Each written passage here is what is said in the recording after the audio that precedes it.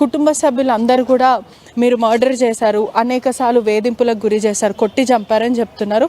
అసలు మీకు శిరీషకి ఏంటి ఘర్షణ చోటు చేసుకుందా, తను ఎలా చనిపోయింది? అది మేము మాట్లాడదాం మేడం. నేను కొట్టి చంపిన అనేది రిపోర్ట్లో వస్తుంది, దానికి క్లియర్ అవుతుంది. మీరేం చెప్తారు? అంటే ఆరోపణలు చేస్తున్నారు వాళ్ళు, నిజాలేంటో అది పోలీసులో ఇన్వెస్టిగేషన్లో తెలుస్తుంది. మీరేం చెప్తారు? అంటే మీరు ప్రేమించి పెళ్లి చేసుకున్నారు శిరీష అని. ప్రేమ పెళ్లి అన్నది ఎవరు? ప్రేమ సభ్యులు వాళ్ళు వచ్చారా ప్రేమ పెళ్లికి?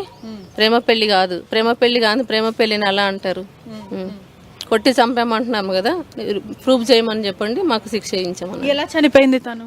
తనది హెల్త్ బాగాలేక చనిపోయింది. హార్ట్ అటాక్ లాగా అనిపించింది, చెస్ట్ పెయిన్ అనిపించింది. తన ఒంటి నిండా గాయాలు ఉన్నాయి కదా మొత్తము. తెలియదు, ఇప్పుడు మేము వీళ్ళు చూపిస్తుంటే మాకు తెలుస్తుంది, కానీ అంటుంటే చెప్తుంటే వింటున్నాం, కానీ మాకైతే తెలియదు.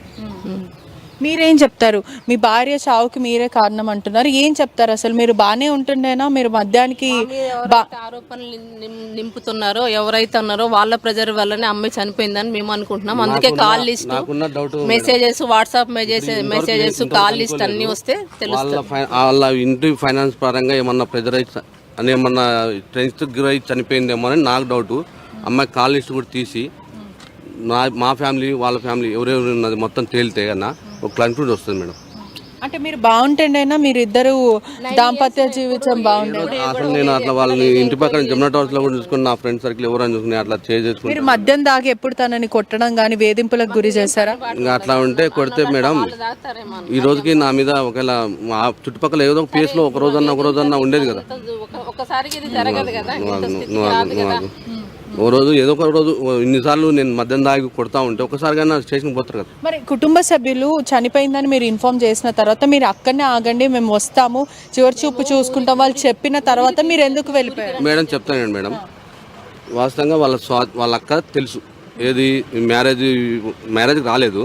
ఆ మ్యారేజ్ అయిన తర్వాత నేనే వాళ్ళ ఊరు తీసుకెళ్ళిన. అమ్మాయి అడిగితే మా అక్కను చూస్తా ఒకసారి ఇంటికి తీసుకో అంటే 2 డేస్లోనే తీసుకున్న. ఆమె పరిచయం, ఆమె వస్తుండే మన జమునా టవర్స్కి, మా రూమ్కి మా పిలిపించేది. వాళ్ళ టికెట్ నేనే బుక్ చేసేటోని, మా అప్ అండ్ డౌన్ నేనే చేసేటోని, ఖర్చులకి డబ్బులు కావాలన్నా ఇచ్చేటోని. నైట్ పూట వచ్చినప్పుడు ఆమె 1000 పెట్టుకో, 1500 పెట్టుకోమా, ఉంచుకో, ఊరికి పోతాను నేనే ఇచ్చేటోని, పంపించేటోని. ఆమెకి ఇన్ఫార్మ్ చేసినాం, ఎందుకంటే బాధ్యత జరిగింది దాని. మరి వాళ్ళు వస్తా అన్న తర్వాత కూడా మీరు ఎందుకని ఉండలేరు, ఎందుకు వెళ్ళిపోయారు? మేడం ఊరి దగ్గర రండి, పాప ఉంది, ఊరి దగ్గర రండి, ఎందుకంటే మా బంధువులు మా వాళ్ళకి ఆల్రెడీ ఇన్ఫర్మేషన్ ఇచ్చినాము, మీకు కూడా ఇస్తున్నాము, ఆడ రండి చూడండి. ఇప్పుడు ఎక్కడ జరిగినా ఆడైనా విషయము అదే ఉంటుంది, ఇక్కడైనా అదే ఉంటుంది. పోస్ట్ మార్టం జరగకుండా మీరు ఎందుకు తీసుకొచ్చేస్తారు? దగ్గరలో వాళ్ళు వచ్చి వాస్తవంగా ఆ రోజు ఉంచి పోస్ట్ మార్టం చేపిద్దామని ఉన్నాం, అక్కడే చేపిద్దామని ఉన్నాం మేడం. ఎందుకంటే వాళ్ళు వచ్చి వెళ్ళలే కదా మేడం, నేను ఊరు వెళ్ళినప్పుడు రిటర్న్ అయినా కదా. నేను ఊరికి నుంచి మధ్యలోనే వద్దు ఉండి సార్ వాళ్ళు ఉండి వద్దు వెనక్కి రండి అదంటే వెనక్కి వచ్చేసాం. వెనక్కి వచ్చిన తర్వాత ఉస్మానియాకి తీసుకొచ్చాను.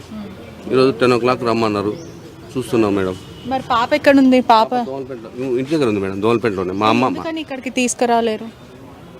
ఇక్కడికే మేడం, ఇప్పుడు రేపు సండే ఆల్రెడీ కారు ఊరి దగ్గర ఉంది మేడం.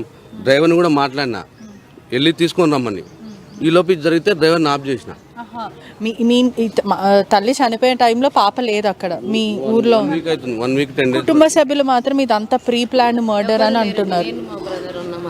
కుటుంబ సభ్యులు మొత్తం కూడా ప్రీ ప్లాన్ గా, అందుకే పాపని శ్రీశైలంలో పెట్టారు, ప్రీ ప్లాన్ గా ఇతను కావాలనే కక్షపూర్వకంగా మర్డర్ చేశారని అంటున్నాను. ఓపెన్ ఛాలెంజ్ నిరూపించండి. ఓపెన్ ఛాలెంజ్ వదిలేసేనా? పాప ఎన్నోసార్లు ఊరు వెళ్తుంటుంది, ఆమె కొడుతుంది. అమ్మాయి బతికిలేదు, అమ్మాయి తెలుసు, శిక్ష చేయండి అంటున్నారు. ఓపెన్ ఛాలెంజ్, మాది తప్పుండి మేము ఇది చేసిన వాళ్ళం అయితే శిక్ష నేనే పెళ్లి చేసింది, నేనే చూసింది ఆమె, నా ఫ్రెండే, 14 years నాకు పరిచయం, పెళ్లి 9 ఏళ్ళు అయింది, ఇప్పటి వరకు ఎట్లాంటి గొడవ లేదు, ఏమి లేదు.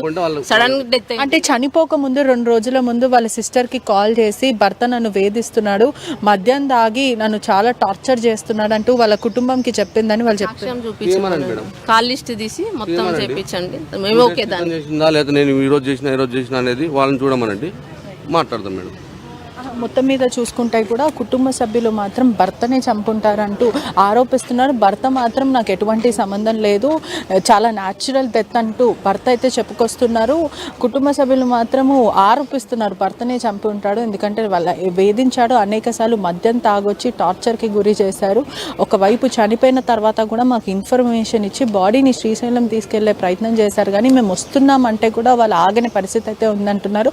మొత్తం మీద కూడా 2 ఆన్సర్లు కనిపిస్తున్నాయి. పొందనలేని క్వశ్చన్స్